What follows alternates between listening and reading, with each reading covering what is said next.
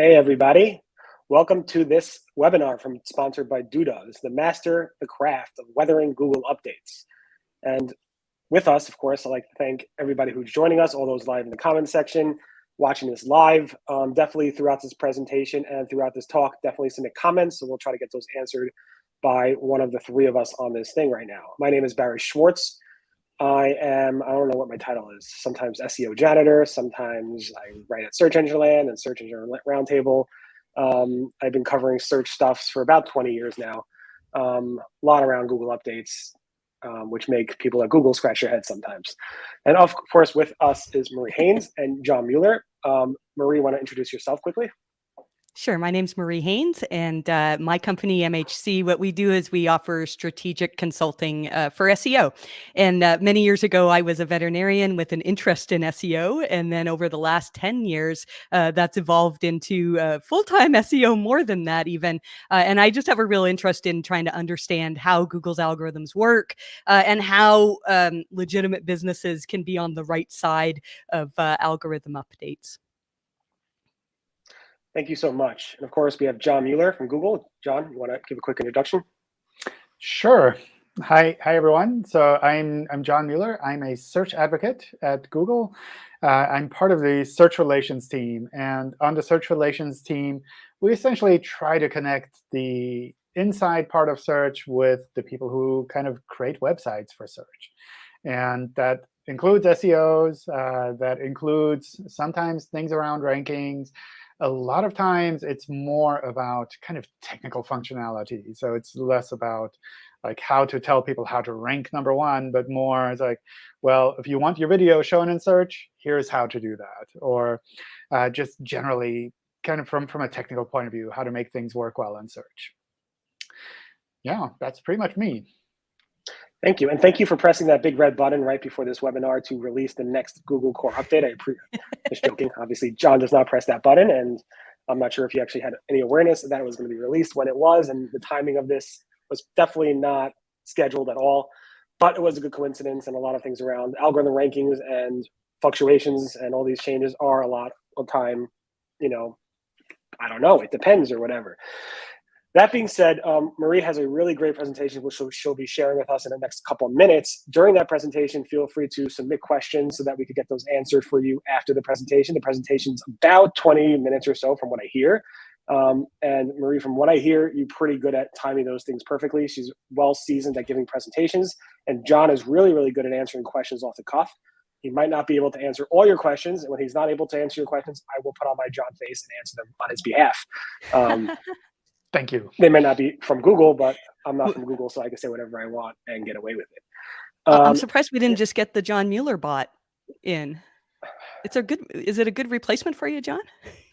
It's fun. It's fun. Like sometimes you have to like the weird thing is you can pick answers that seem pretty reasonable, but you kind of have to pick them manually. It's not that it automatically gives you something useful. You just keep hitting refresh, and then sometimes it gives you something reasonable. So you're saying we still need you around then? Well, it's kind of like one of those it depends bots. It's like you click F5 until you're happy with the answer, and then it's like, oh, that's just what I wanted Google to say.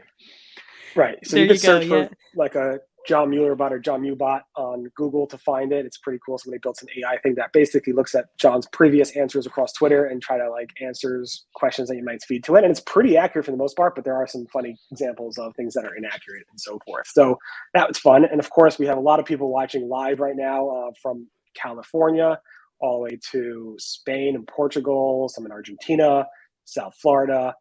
I'm not sure if they're Republicans or Democrats in the US or what type of political affiliation they have, but we're not going to get into politics in this webinar. This is all about Google updates and how you should weather them. So I'd like to formally introduce Marie to go ahead and give her presentation. Thank you for doing this, and everybody enjoy it. All right, let's do this. Well, thank you, first of all, for having me do this webinar. I want to tell you a little bit of the story of how these slides came to be, because we were going to do this a month ago, and then a number of things happened where we had to reschedule. And my original presentation was very speculative. It was, here's what I think Google is about to do, or things that they're doing. And to be fair, it was a little bit probably difficult for John. The questions would be things that maybe were hard for him to answer. And so when we come to the question section, I think we all need to be respectful that John can only answer so much. So I am gonna do a little bit of speculating here, and just know that this is my research, and it might not all be completely correct. And then I had this thought for this one. I thought, let's make it a little bit lighter. And what I was going to do was make a quiz and go over past updates and ask questions like, what happened on April 24th, 2012, which, I'm sure both of you, Barry knows, right? That was Penguin. And so I was going to do that, but then it turned out that John and Barry needed to see my slides in advance, which would kind of make the quiz not really feel legitimate. So then what happened was I was sitting there going, what am I going to talk about? And that's when, I should mention this too before I say that. A lot of people sort of said that kind of implied that John pushed the button somehow to launch the core update, which made, I know that didn't happen, but it made the timing of this really good. And so I was like, okay, what are we going to talk about? Well, last week when I was preparing this, we lost Bill Slawski. And Bill, I don't think needs, an introduction at all. Everybody who's on this call probably knows what a contribution Bill made to the SEO industry. And so I spent my Friday afternoon just reading through SEO by the Sea, and Bill wrote about Google patents, and he gave his thoughts on, I think this is Penguin. This is, something that's relating to Panda. And so it was really fascinating to go through this. And so what I want to talk about is just the journey that I took on Friday, walking through Bill's site. The first thing that I did was I did a site colon search to see what Bill had to say on Penguin. And this was the first thing that came up, which really made me smile. Because I spent Penguin is what pulled me into the industry. When Penguin devastated so many sites, it wasn't that I wanted to help spammers to get better with Google, but it was the legitimate businesses that had maybe hired an SEO agency, and the business owner really didn't know that the agency was building links that went against Google's guidelines. And this type of thing drew me into trying to understand what it is that Google's doing. Well, one of the first things that Bill wrote, so Penguin launched on April 24th of 2012. And the following day, Bill put this article out talking about how Google could combat web spam. And I thought it was really interesting that he went back to old patents as far as 2003 to talk about all the different ways that Google could fight against web spam.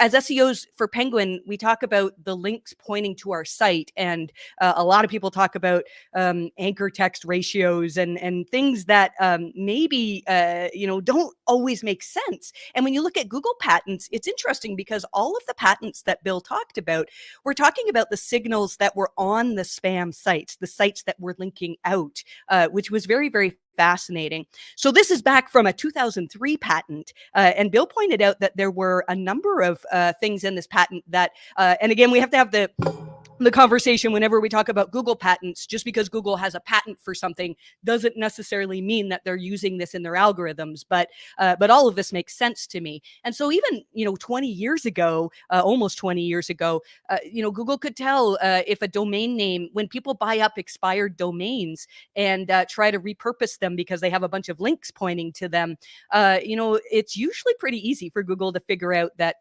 that this is a technique made to manipulate algorithms, as opposed to, wow, this is a really authoritative website. And then other things like when it says filling the text of pages with anchor text, the original announcement for Penguin actually had much more about on-page web spam, things like keyword stuffing and, things that were on the page. And so there's a number of ways that Google can determine whether a page was created just for the purpose of making links to try to manipulate Google's algorithms. And so when they talk about automatically creating links, I would imagine that this is, it was very common for people to use programs that would make comments and forums or blog comments. Whenever you get a blog comment, I remember my first comment on my blog was, "Hey, great post." And the author's name was NFL Jerseys, which I thought was a very unusual name for an author. Turns out that it was search spam. This is the type of thing Google's been trying to fight against for a long, long time. And then the last point on here is basically cloaking, where you show people content that's different than what you would actually show Google. Now, I'm not saying all of these were Penguin, but my point is that Google's been fighting spam manipulation, link manipulation for quite some time.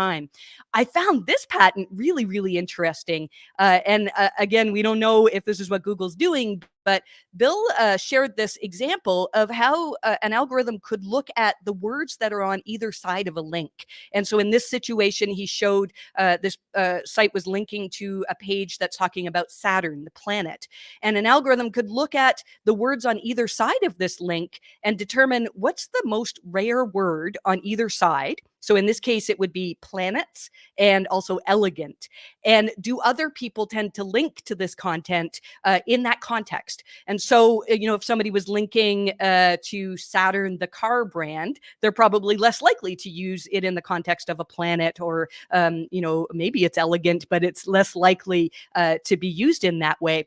And so there's all sorts of ways where Google can look at links and say, oh yeah, this is legitimately something that we should count or that we should value. And this is why I think, poor John gets asked all the time about somebody linked to my site with, these horrible links, and do I need to disavow them?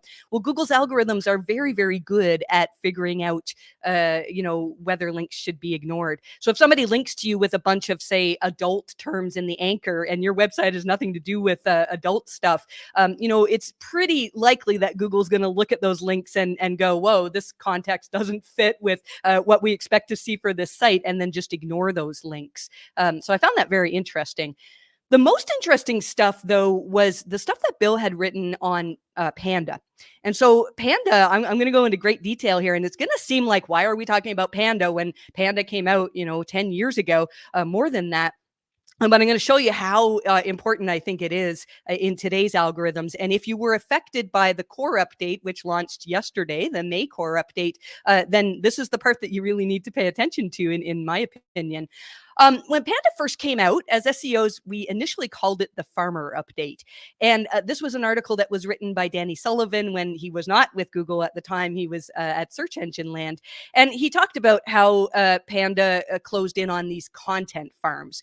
Now, content farms are sites that produce massive amounts of content, not based on, let's provide high value content, but rather, oh, here's things that lots of people are searching for, and how can we quickly create this type of content? And a lot of the time, content farms would either copy content from other sites, or basically take content that other sites were publishing and just kind of reword it a little bit with SEO in mind, and then often rank quite well.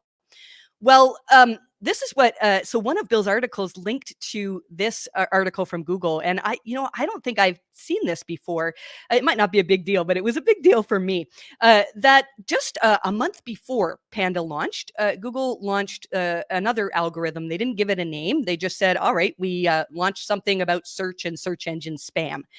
And in their article on this algorithm that they launched, they said, all right, we've heard your feedback, and we're going to, you want us to take even stronger action on content farms and on sites that consist of primarily spammy or low quality content.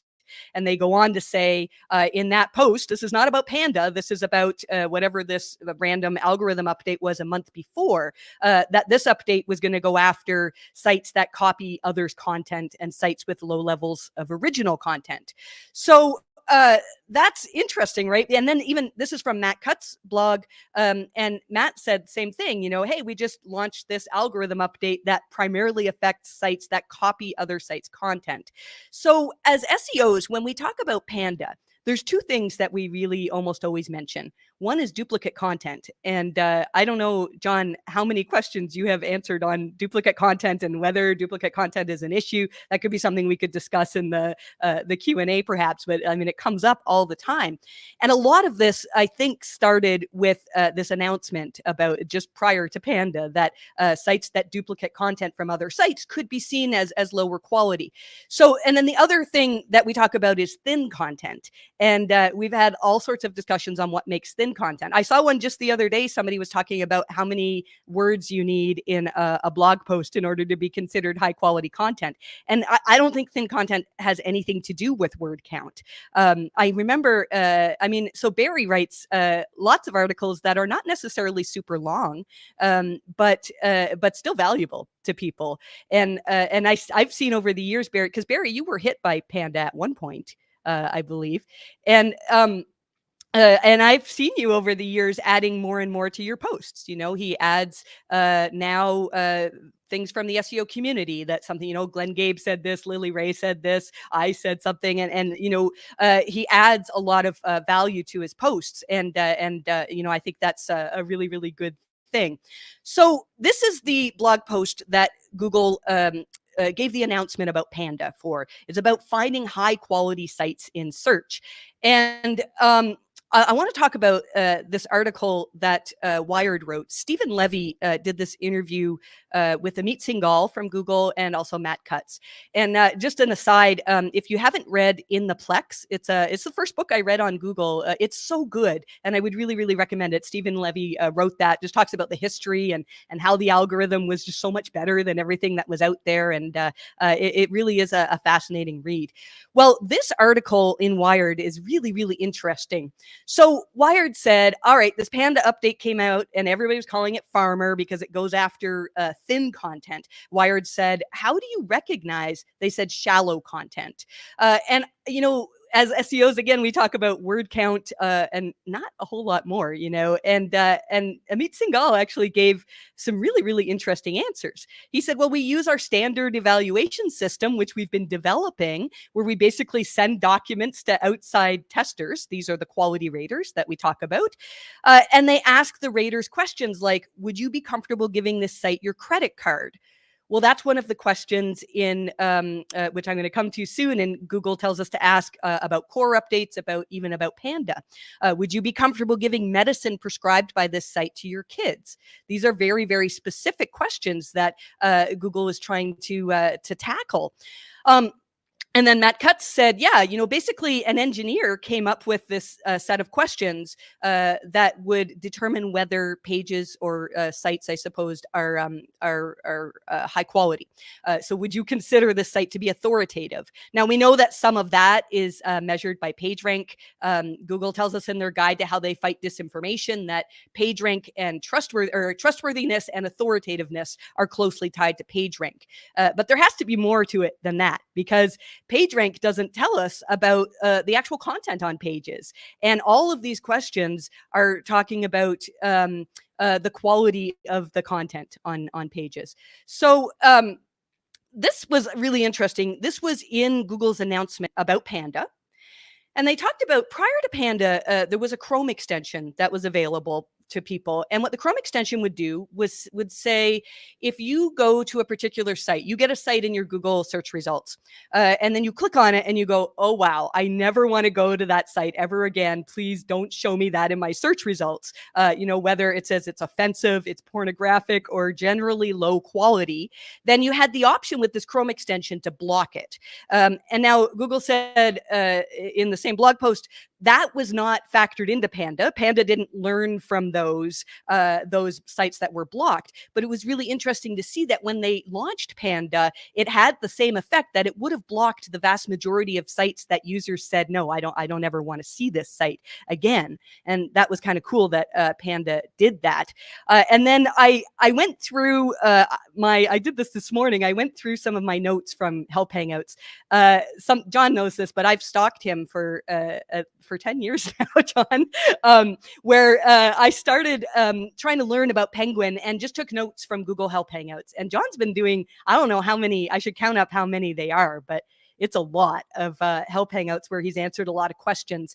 And I went through, so we have 6 Google Docs filled to the brim with notes from these help hangouts. And I went through my first one, and every time, John talks about the quality of the content, and when somebody asks about Panda. This is where I want to talk about these core update questions. This blog post that Google produced a couple of years ago is very, very important. And I always have it open in my browser. People tease me that it used to be the Quality Raters Guidelines, and I still do read the Quality Rater Guidelines a lot. But the core update post basically summarizes down everything that's important in the QRG, in my opinion. And so this is where they ask some of these questions. There's 20 questions on here. I'm not going to list them all because you can go to the blog post. But some of them are, does the content provide original information, reporting, research, or analysis? It's not saying, is it just completely duplicated from another source? It's saying, does it provide substantial, a comprehensive description of the topic? Does it provide, is it insightful? Is it interesting? Which is, very, very interesting. Now, these are from the core update post. But the original questions, where Amit Singhal gave us 23 questions to ask about Panda, to ask about the quality of our content, they're essentially the same. They're the same thing. And so Google has been trying to answer these questions, or to try to promote content that does a good job at answering these questions for a very, very long time now. And some people would say, well, these are nice, it would be nice for users to see this type of thing, but it's not possible algorithmically to determine the answer to some of these questions. So I want to show you, Google told us right in their blog post, this is the one on Panda, that they, this is, from the core update post. I can't remember where it's from. I'll link to it later if somebody wants the reference. But they said that the recent Panda change tackles the difficult task of algorithmically assessing website quality.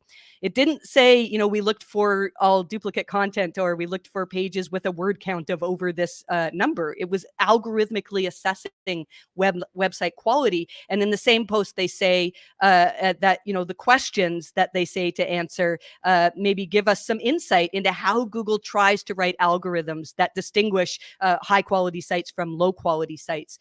So that's something that, I think if you were affected by a core update, or really any significant update, we need to pay attention to these questions. A little bit of a shout out to my team. We whenever Google does something, we document it in this list of algo updates. And for years, so I started this in I think 2013. I went back and put some of the earlier Panda updates in there. There were a lot of very kind of specific updates with specific focuses. And for the last few years, we really haven't seen that. We've seen updates that have had big impact on sites. And from what I've seen in the chatter, I haven't looked at our data yet. I usually give it a few days, but I've seen a lot of people seem to be affected by this recent core update. And then there are other things that Google doesn't announce. This is from Barry's site on Search Engine Roundtable, where, something happened on May 16th to 18th. We wrote a little article about it, published today. But even then, that it seemed to affect a small subset of sites, maybe more affiliate sites. But Google doesn't tell us what these things are. They basically say, we're doing updates all the time. They're always working to push search forward and make it better. And then, as SEOs, we monitor tools like the SEMrush sensor and say, oh my goodness, there's a lot of turbulence today. Maybe Google ran an update. And every time we ask Google, did you run an update? Almost every time they point us back to this blog post on what site owners should know about core updates, even if it isn't a core update. I would say of the updates that we've had in the last couple of years, the core updates have been very impactful for a number of sites, and also the product reviews updates. If you are writing about products or selling products in some cases, but mostly if you're writing about product reviews, they have been very, very impactful it seems to me, in similar ways to core updates. And they have very similar questions. Google lists out a bunch of questions on how you should write good product reviews, and they're very, very similar to the core updates. update questions. So in this blog post on core updates, they basically tell us there's two things that are important. One is to get to know the quality rater guidelines. They're available publicly for anybody to find. I just checked this morning to see if they had updated, because the last time they updated was October 2021. They always update when it's least convenient for me. So I don't think that has anything to do with why they update, but they haven't updated in a little while. But you can learn a lot if you read through the QRG and think about your own site, and you'll find there's tons of examples in there where they say this is to be considered high or low quality for these particular reasons. And then you can decide whether that's something that you could be maybe making some changes on your site for. And they tell us in this blog post that EAT is really important: expertise, authoritativeness, trustworthiness, which is so much more than author bios. For some, I don't, for some reason, EAT has become synonymous with just write author bios. And for a lot of sites, even author bios are not what contribute to EAT, in my opinion. EAT is about content quality and a number of different things. So Google tells us that if we can learn to assess our sites in terms of EAT, or assess our own content, that it could potentially help us rank better. And so it's something to pay attention to. And with that, I'm going to end it. Although I do want to say one other thing, a thank you to Bill again for all that he's written. Somebody pointed out to me that every single post Bill had in it, sharing is caring. And I was thinking about the panel that we have here today. And if, Bill shared so much with the SEO community, and the other people who have shared an immense amount of their time and cared for the SEO community are John and Barry. Barry, I don't know how many articles you've written. Well, you did tell us at one point. It's tens of thousands, like 40,000 or something. You'll tell me afterwards. All to help SEO. And then John, for years and years, answering our questions and then doing it again today. Thank you. So I'm going to pass things over to Barry now, and we'll have a little bit of a discussion. Great. Thank you so much, Marie. That was great. Just on going back to the Bill's, tragedy. I don't know if anybody who's watching this actually knows, but I think John and I both met Bill early on in the Creative Site forums. Creative Site forums was one of the early SEO web design, web development forums that was run by Kim Krausberg, and Bill was one of Bill, Amon, and a couple other people were one of the few moderators there. And it got me hooked. Bill was one of the people that got me hooked onto SEO because of how much he shared with the SEO community, how much effort he put into those responses, how he made sure those responses were something that was useful. And he always asked for follow-ups. He was one of those people that was like, oh, this community is amazing. And it's because of people like Bill that we have the community we have now, because without his examples, we wouldn't have so many people sharing. Marie wouldn't be sharing this presentation. Duda wouldn't be handling this webinar. John wouldn't be probably where he is today without the Creative Site forums. And Bill, I would imagine. I'm not putting words in your mouth, but I'm good at putting words in your mouth. That's what I do all day. But John, I'll give you a few minutes to talk about Bill if you feel comfortable with it. Go ahead. Yeah, it's definitely the case that in Creative Site forums he has, or at the time he drove a lot of kind of the community work also in the direction of actually sharing more information. And like one of the big things that I remember early on was when he would go off and bust myth about SEO. And quite often these were threads where he'd be like, so this is a myth. And everyone would be like, no, you're wrong, Bill, you're wrong. And then he would explain like why this is actually a myth and why it is not correct and what actually instead is correct. And it's weird that even in those very early days where like there wasn't a lot of history around SEO, there are just like so many myths where people were kind of misunderstanding things or assuming things. And it feels like some of those have stuck around until now. But kind of thanks to a lot of the work that he did, it was really something where like people felt a little bit, I guess, a little bit more confident in actually going out and saying, well, actually, this is wrong. And instead, like you need to look at it like this. And here's some documentation or some proof or some test that you can do to confirm that this is the case. And it was really always never the case that Bill would go off and say, well, trust me. He's like, I've been around doing this for a while. It's like, you should just believe whatever I say. He would always bring out proof and kind of some documentation to say, well, this is kind of why this is different. So that's kind of the side of build that I remember from the early days. And yeah, I think the forum was kind of a special place because of that. But I guess also the community was a lot smaller, and the level of information shared by search engines was very low. So it's kind of, things have evolved quite a bit. And now it's, I don't know, you all are discussing algorithm changes, which in the early days, Google would just like silently make. Well, you guys used to make them every 30 days consistently with this Google dance, the good old days.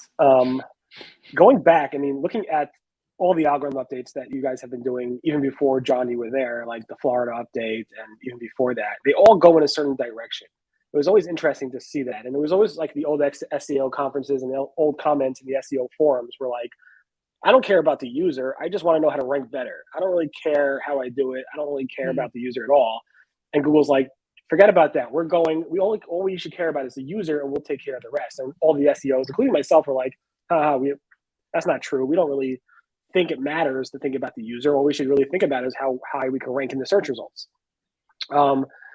So I felt that interesting. And if you look at the patterns over the years of the algorithm updates, yeah, Google wasn't there in 2003 when it came to be like, oh, the user matters. It wasn't about that. It was more about how many links can I have to my page, keyword density, all that stuff that we really talk about today as kind of like smirking at and saying it doesn't really matter.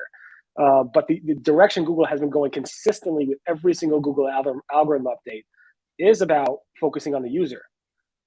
Focusing on the user is like the number one thing right now that you could do in terms of trying to rank better. And it's always funny because I used to sit on panels and be like, all right, with Matt Kotz, and be like, Matt, okay, you keep telling us to focus on the user. All right, tell us what we have to do to rank better. Forget about the user. And then I used to go on these analogies about, see how Apple boxes stuff and how beautiful it is? That's how you should box your content. I'm like, all right, enough with this, fluffy talk. Tell us what to do.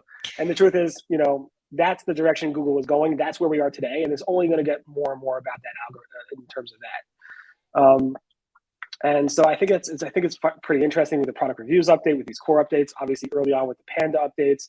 It's less about Google playing whack-a-mole with sites and more about sites trying to figure out how can I make the best possible website in my industry that really goes above and beyond everybody else in terms of that. And sometimes that you might not care about search. Like when I got hit by the Panda update, I didn't really care. I mean, I found it interesting. I thought it was super interesting. I found that, this is like, it's not my bread and butter. I don't have to worry about I'm not like paying employees. I'm not worrying about revenue in terms of e-commerce and what am I going to do with inventory. So I totally feel it when sites get hit by these updates and they have all this inventory sitting in their closet or their factories, and they have all these workers they have to pay, and they're not shipping.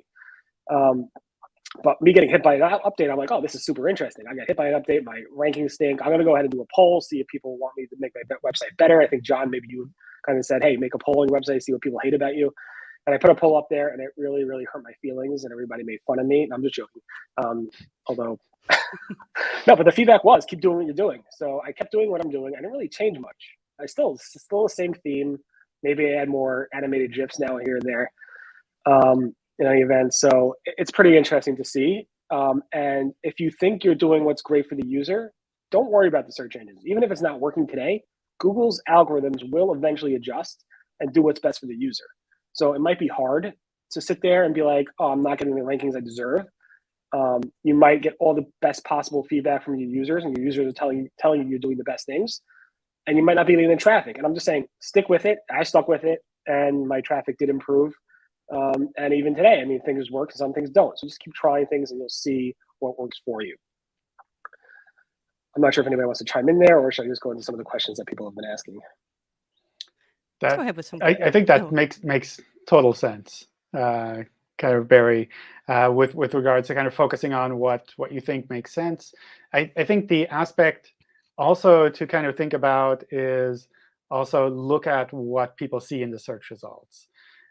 Because on the one hand, people might see your content and say, oh, this is actually good content. But you're looking at kind of like a small sample of people who are actually engaging with your content and kind of turning it around and seeing, like, what would the average user see when they see my site?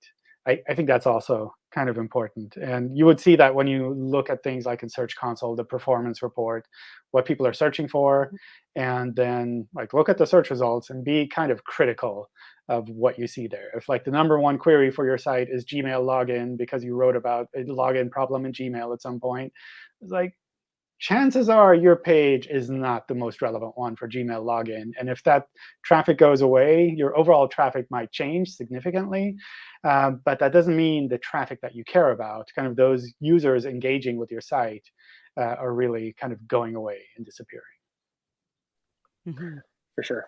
OK, so let's ask some audience questions. So Nirav Sampit, I'm hopefully pronouncing your name correctly,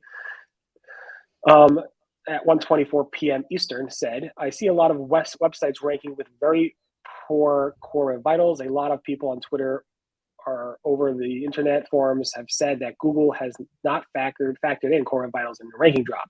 In May 22 core update, algorithm update, do we see the core web vitals gaining more importance or not? Oh, John, you can answer that or not. Is it more important or not more important, or just the same importance? I would say same importance. It's kind of parallel to the core updates. And I think, like we mentioned with the page experience ranking factors, it's not the primary factor that changes ranking for your website.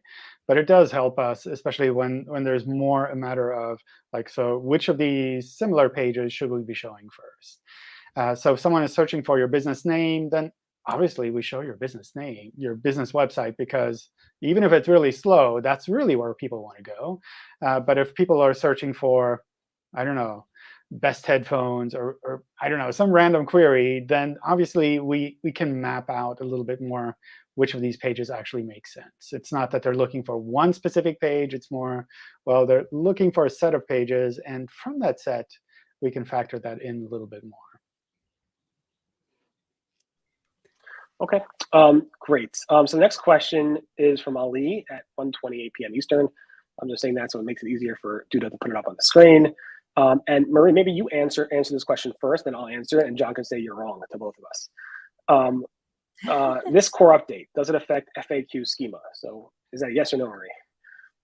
Well, I can't answer about this core update. We haven't. We've only had it for less than 24 hours. But generally, core updates can impact your rich results. So we have seen cases where maybe a site did have either FAQ schema or FAQ rich results or even review stars, and then they lost them in conjunction with a core update.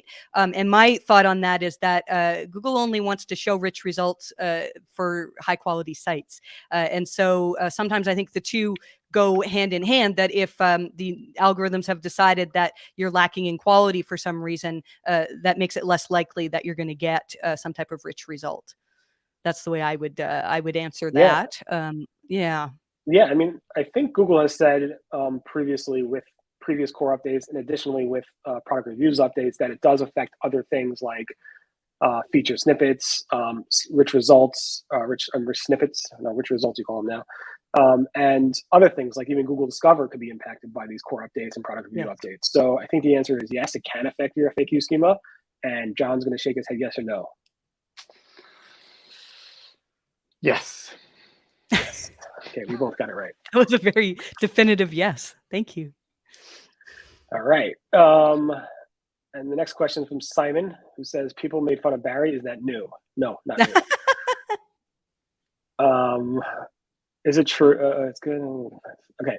Mike from 1:34 p.m. Mike Slawski. Hopefully I'm pronouncing that great. When a core update is released, how long after it starts rolling out, is after it's announced, should we start evaluating the impact? So Marie, this is your core. Yeah, I'll take that one. Yeah. So most of the time, in my experience, when a site has been negatively impacted by a core update, you tend to see the results like very soon, within a day or two. of Google launching it.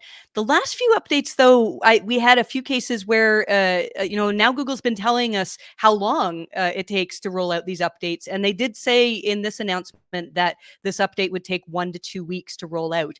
And so we have seen cases where at some point in that 1 to 2 weeks, we start seeing, usually what it is you start seeing a direction, either up, hopefully, or potentially down, or maybe down. And then over even months, that direction can continue. You can see, oh, well, we saw some improvement, and then we continue to see improvement over the next few months.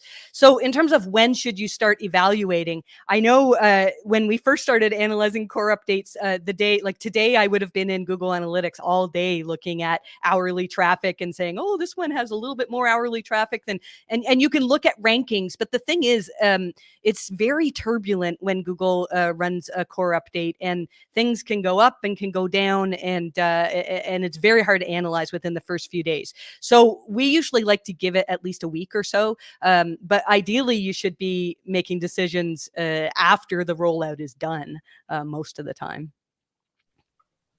That's for sure. John, I guess you would agree. Take your time, watch it. Yeah, I think it's like one of the things that we do is some updates. I don't know if it's specific actually to the core updates, but one of the things that we do is when we reprocess URLs on a website, then we apply kind of the new settings. And that means that for some pages on your website, we will reprocess them fairly quickly. And usually those are the more visible ones. So probably within kind of that 1 to 2 week period that we mentioned, the more prominent URLs on your site will be reprocessed, and you'll see those changes. And for the most part, that's kind of the effect where you would see that change happening quickly. And then over a period of time, then we reprocess the rest of the website. And some of the pages on a website we reprocess every couple of days, others every couple of weeks, sometimes even every couple of months. Usually the pages that we don't reprocess that often, we tend to assume are not critical for the website or not changing that frequently. So I don't know, on a news site, maybe an archive section or something like that, where we'd say, well, like we want to get to it eventually, but it doesn't change anything for the website overall if we kind of refresh this page very quickly or not. And again, I don't know if that's kind of actually the case for this core update or for core updates in general, but that is kind of what happens with a lot of updates, that they take effect when we reprocess the pages. And that's why you'll kind of see that kind of, I don't know, almost like a stronger jump in the beginning, and then it settles down and kind of moves on at a slower pace for the rest of the site. Yeah, no, I mean, I always saw that reprocessing to be like, as often as those specific URLs get crawled by Google, and the more often a specific URL gets crawled, the more important that page might be. Sometimes, not always.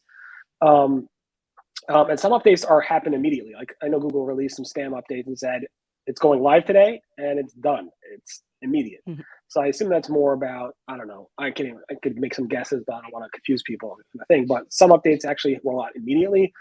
Some updates take 1 to 2, 3, sometimes even 4 weeks. I think some updates even took 5 weeks to really roll out when Google said, yeah, it's done. And again, I think John's making it very clear that it's on it seems like a URL by URL basis often, where the scores sometimes or whatever type of things get reprocessed in some level. If you want to think of it in a lay's term, I'm sure it's more complicated, but I think of always like how often are those URLs getting recrawled, and then Google then maybe pushes those signals to those specific URLs to say, what is the Panda score or Penguin score? Not that we have those scores anymore, but you know what I'm saying. And often that's why it's complicated. Yeah. Yeah, it's complicated.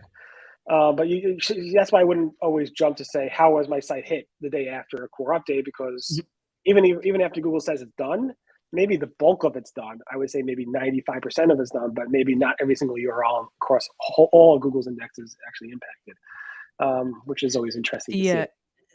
The other thing too that I see a lot of people do is the day after an update announcement is spot check keyword rankings. But if you're not doing that on a regular basis, you might not realize that keyword rankings change, for many reasons, not necessarily just an update. And so we've had people say like, oh, my rankings dropped for, these keywords, but like really maybe a competitor just put out some new content or that was better than yours. So just because you saw drops doesn't necessarily mean that the core update hit you. I always tell the story of the May 2014 Panda update, which I think was the one that hit you, Barry. I could be wrong with that. But one of my sites saw this massive drop and I was like, oh, great, I've been hit by Panda. But it was also a site that I was redoing at the time and I had taken off my Google Analytics. And so it was user error. It was nothing to do with Panda. And so that type of thing happens all the time. So if you're seeing drops or losses today, it's not necessarily because of the core update. There could be other things, especially if you've just made changes to your site.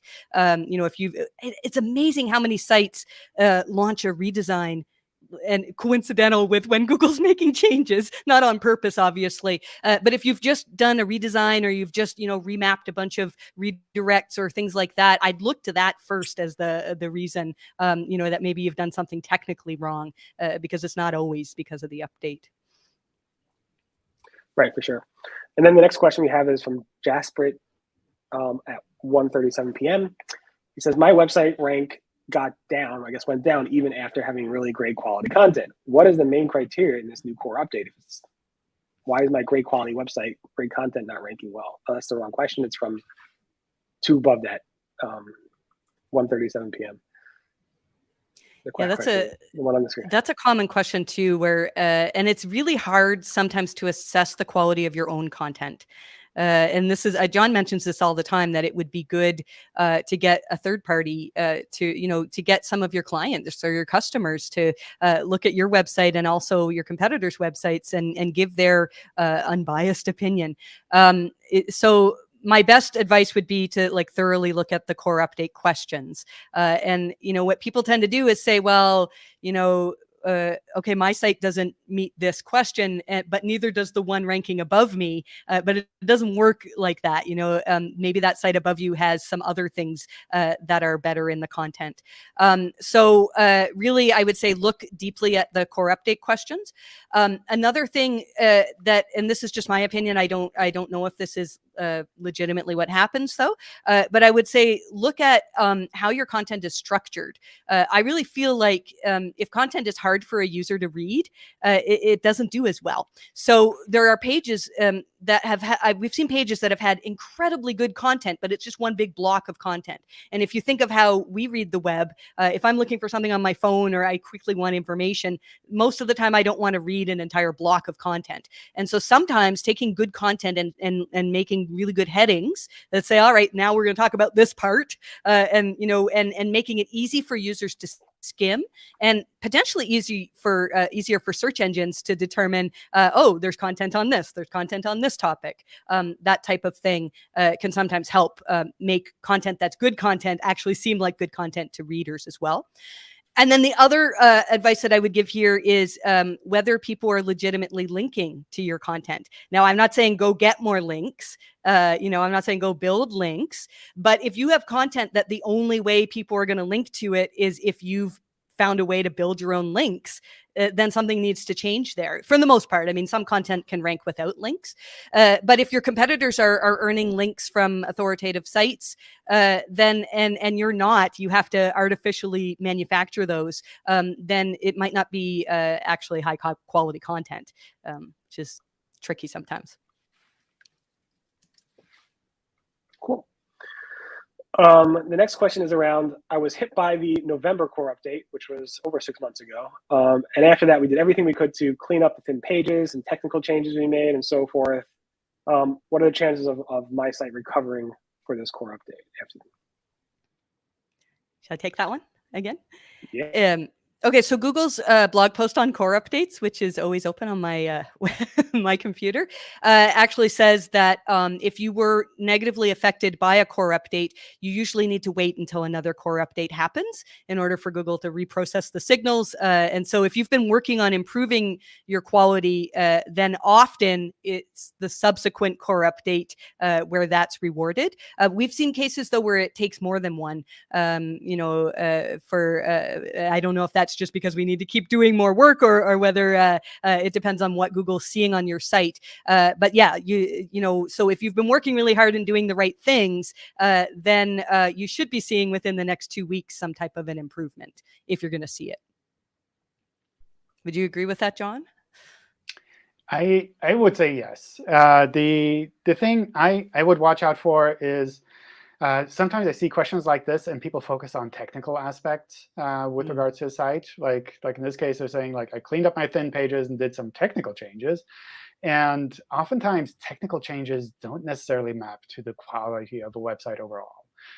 So that's something where sometimes I see kind of the technically minded SEO say, well, I can fix this URL pattern or something, and then my website will be higher quality because it has fewer crawling errors or something like that.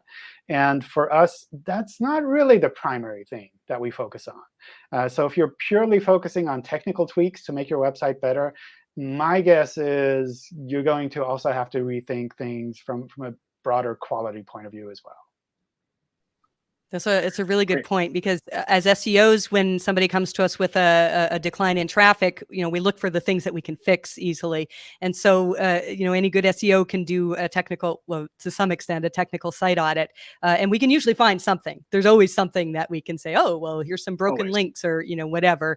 And that's good to do that. Like, we should try to have technically sound sites. But when we see sites that recover after core update hits, it's rarely because we've fixed the technical problems on the site.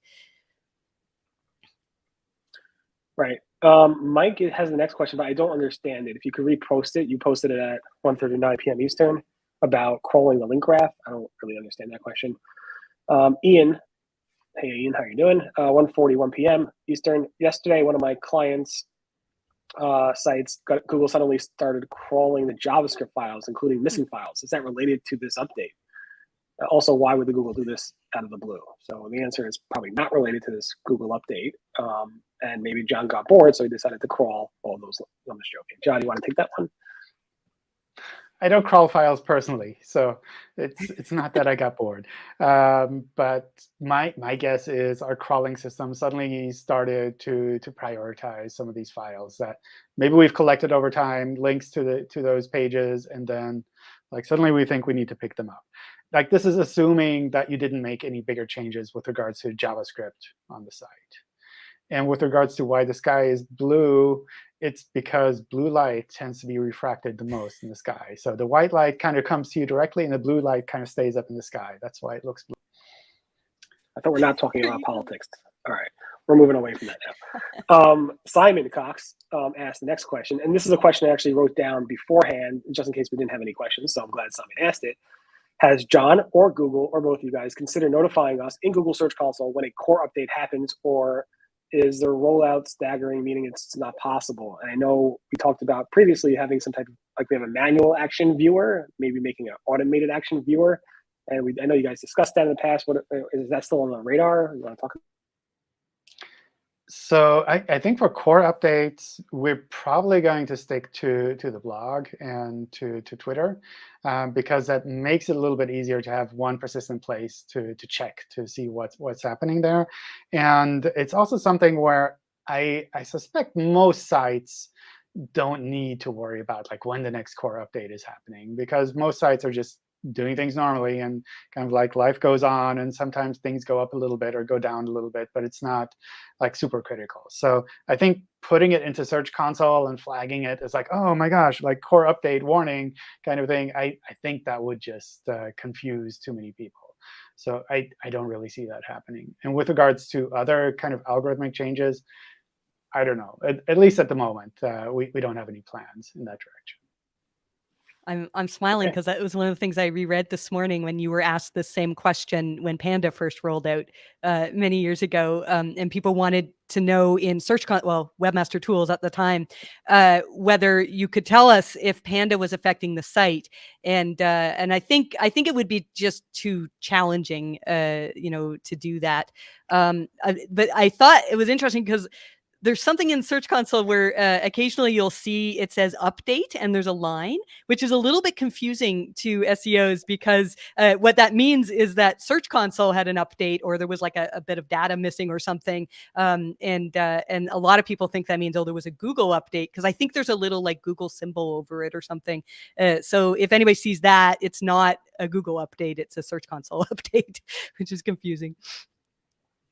For sure.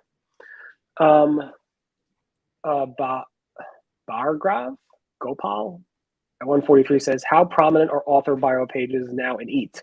Does it continue to play a part in the core updates as well? From everything I know, author bio pages are not specifically something that Google looks at, although maybe I'm wrong. I know there's a lot of confusion around that. So I don't know if John could talk about that. If not, Marie. Go ahead, John. I would defer to Marie just because it's one of those things where I read our blog posts and see kind of that information there, but I don't have any firsthand experience with regards to websites. And I'm sure you've worked on websites where you kind of started adding these pages and where you saw some effects or you didn't see effects. So I'm kind of more curious to see what you see. This is probably the most common question that we get about EAT is author bios, because sometimes author bios can make a difference. You know, we've had clients that had, for example, medical content, and then they actually got doctors to either author their content or more likely to review it, and legitimately did. They didn't just throw a medical doctor's name on it, but fixed any errors in the text or, you know, things that were not legitimate. And we've had a number of clients that have seen really nice increases after doing that, but that's not the norm. And so my opinion on author bios is you do it where it makes sense for the user. So if you have content where a user would expect to see advice from a professional, whether it's like tax advice or, you know, financial, medical, legal, things like that. If it's YMYL, then I think it's really beneficial to have an author bio, or at least in some way to say like, hey, this content was actually written by somebody who knows what they're talking about. And so that can be helpful. But if you look at EAT and the Quality Readers Guidelines, it's fascinating to see they talk about how EAT is measured, it could be measured in different ways for different types of sites. And oh, sorry, I'm having a headphone problem. I think I'm okay to hear now. So bear with me one second here. Oh, right. So for some sites, it talks about, for example, recipe sites. You know, EAT, some of EAT might be measured on popularity as opposed to just who wrote it. And so, you know, I'm not saying that that's in Google's algorithms, but I'm saying you should read the QRG and look at what types of things might be factored in when people are trying to figure out, is this site legitimately one that I should be taking this information from? So sometimes an author bio can help. The other thing too is that if we've been talking a lot about EAT and entities and Google understanding, you know, I don't want to go into too much detail here, but if Google is trying to understand that content is expert written, then you want Google to know who your experts are. You want to have an author bio, maybe a page about each of these authors to help Google connect the dots to say like, oh, this is the same Maire Haynes that wrote for Search Engine Land, you know, things like that. So in some cases, an author bio helps with that. But if you had like, say, an e-com site, there's an example in the QRG of a page selling backpacks. It's from Target. And you wouldn't expect to see an author bio if you were searching for backpacks. It's not, you know, that's not going to help that page rank any better. In that case, EAT is, you know, probably more important to look at the authority and the popularity of the brand Target itself. So my advice would be to look at the keywords that you're trying to rank for, look and see who's actually currently ranking, who is Google preferring, and what kind of authors do they have, and do they promote their authors? Not that you always want to copy the authoritative sites, but if all of the sites above you are written by people with extensive expertise, then you probably need to have that in some degree on your site as well. Awesome response. We have like less than 2 minutes left, so I figured I'm going to quickly answer as many questions as I possibly can. If I'm wrong, yell at me, John or Marie, and let me know. Do Google updates roll out simultaneously across all countries and languages? It depends. Some do and some don't. The core updates, I believe, are across all countries, global, and all languages, whereas some other updates are not. So it depends on which update it is. Are core updates driven completely by machines, or as per quality rater guidelines, are there manual interpretations, whereas human insights are also considered? No human insights are considered directly in the algorithm updates themselves, although Google may ask quality raters, humans, to evaluate those results after the algorithm is live or during tests, and Google will then send that information back to the engineers who may tweak the algorithms and test it again. But no humans pressing any button to remove any search results or any rankings. So far, so good. John, I noticed whenever a spam algorithm update happens, you'll be wearing a black wig. Just wondering if it's a good policy. The answer is yes, a good policy. Somebody wants more space on their laptop. I'm not sure I can help with that. How long does it take for Google to rank keywords? I recently published about a month ago about only 2 keywords that are ranking. How to determine the timing issue, or is this some type of ranking issue? It depends on how competitive those keywords are, but if it's not competitive at all and it's a brand new word, you should rank almost as soon as Google indexes that piece of content, assuming Google desires to index that content. So you're probably having an indexing issue. If it's not indexed, if it's indexed and you're not ranking, and if nobody else is competing for that term, then there's probably some type of indexing issue. Because I could be wrong, but if there's no competition and you're indexed, you should rank. It's 2 o'clock, so I just don't want to take everybody so long. So I appreciate all these questions. There's so many more questions in here. Thank you, Marie and John, for doing this. And this is a great tribute to Bill. And yeah, there's basically a hole in the SEO community right now with Bill gone, but I know Bill has left so much information for all of us on his blog, in his webinars that he's produced across many, many websites and many, many platforms, including here on Do What I Believe.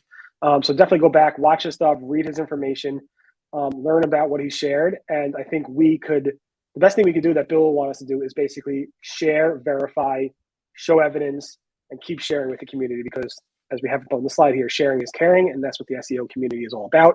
Thank you again, everybody who's watching. Thank you, John Marie, and thank you, Duda, for sponsoring. Everyone have a great day or night or middle of the night or whatever it might be. Bye-bye.